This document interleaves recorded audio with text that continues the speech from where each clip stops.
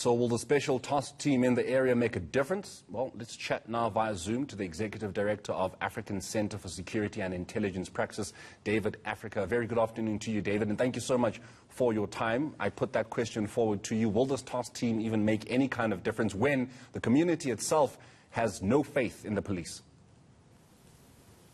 Hi, good afternoon to you and to the viewers. The policing in general, whether it's the standard policing or a task team, can only be successful if there is trust between the police and the community. In the absence of that, any kind of intervention, like the task team, for example, it's bound to fail. So the first order of priority really for the police in that particular instance should be the building of trust, between the police, the community, but also, as one of the people said there, with local community leaders, that sort of triangle of actors should develop trust amongst each other, and then an intervention like that can be successful. But in the absence of it, it might have some short-term or immediate success, but in order to create sustainable safety, it's not a viable option in the absence of trust. And I also think that, speaking to the broader issue of task teams, that often it is a knee-jerk response, to something that has grabbed the media attention. So the minister or the commissioner at national or provincial level feels compelled to show that something is being done. But if not properly done, then task teams are more harmful than useful, and so their application should be very carefully considered.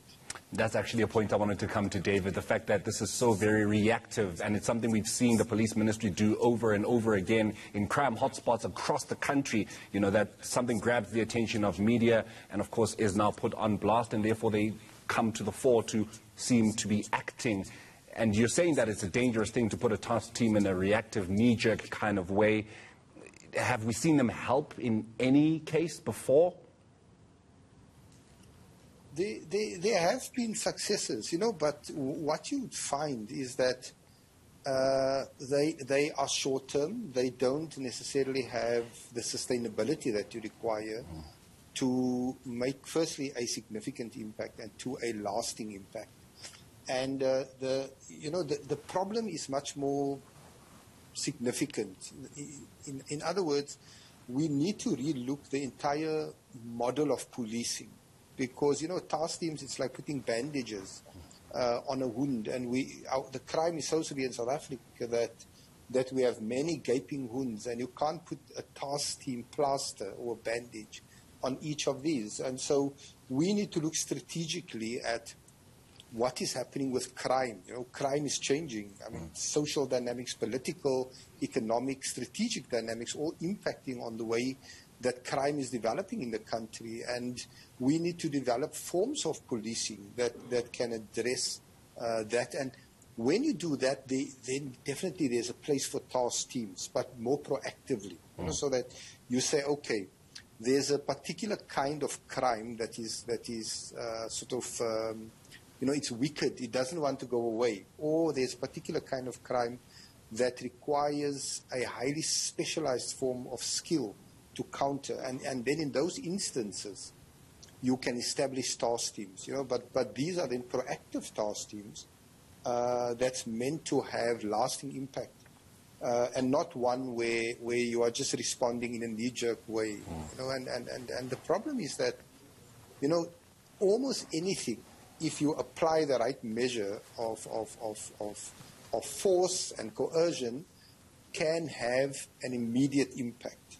But 3-4 months down the line, you find the problem re-emerging, and you find these communities again having to deal with the same problems. And then the minister's not there, the task team is not there, but the problem remains there. Yeah. And so we need to look at policing in general more strategically. We need to look at policing as part of a new system of national security, because policing is related to politics, to economics, to dynamics that's happening in the world.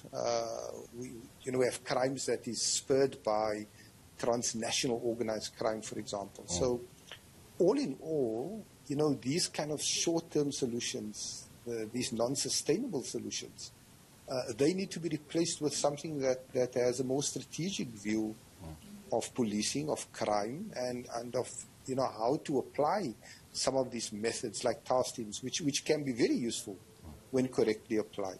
Just before I let you go, David, a victim then says the problem is the police personnel themselves. I go and I report a crime and they don't take me seriously. Instead, they say to me, you can come back tomorrow because we're still quite busy, or whatever excuses police tend to give to victims who report crimes.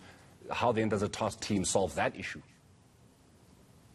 It doesn't. It doesn't. It might in the short term, but in the long run, the community still has to deal with that particular police station and the particular police officers at that station. So it's about changing attitudes of police officers. It's about skills, but it's also about capacitating the police in some of these areas where really we find that police in more affluent areas are often much better equipped and resourced than in poorer townships, so that the police actually is overwhelmed and the response, might not be the correct one, but they find themselves overwhelmed and unable to attend to people's needs. David, thank you so much for your time this afternoon. That is David Africa, who is the Executive Director of African Center for Security and Intelligence, Praxis.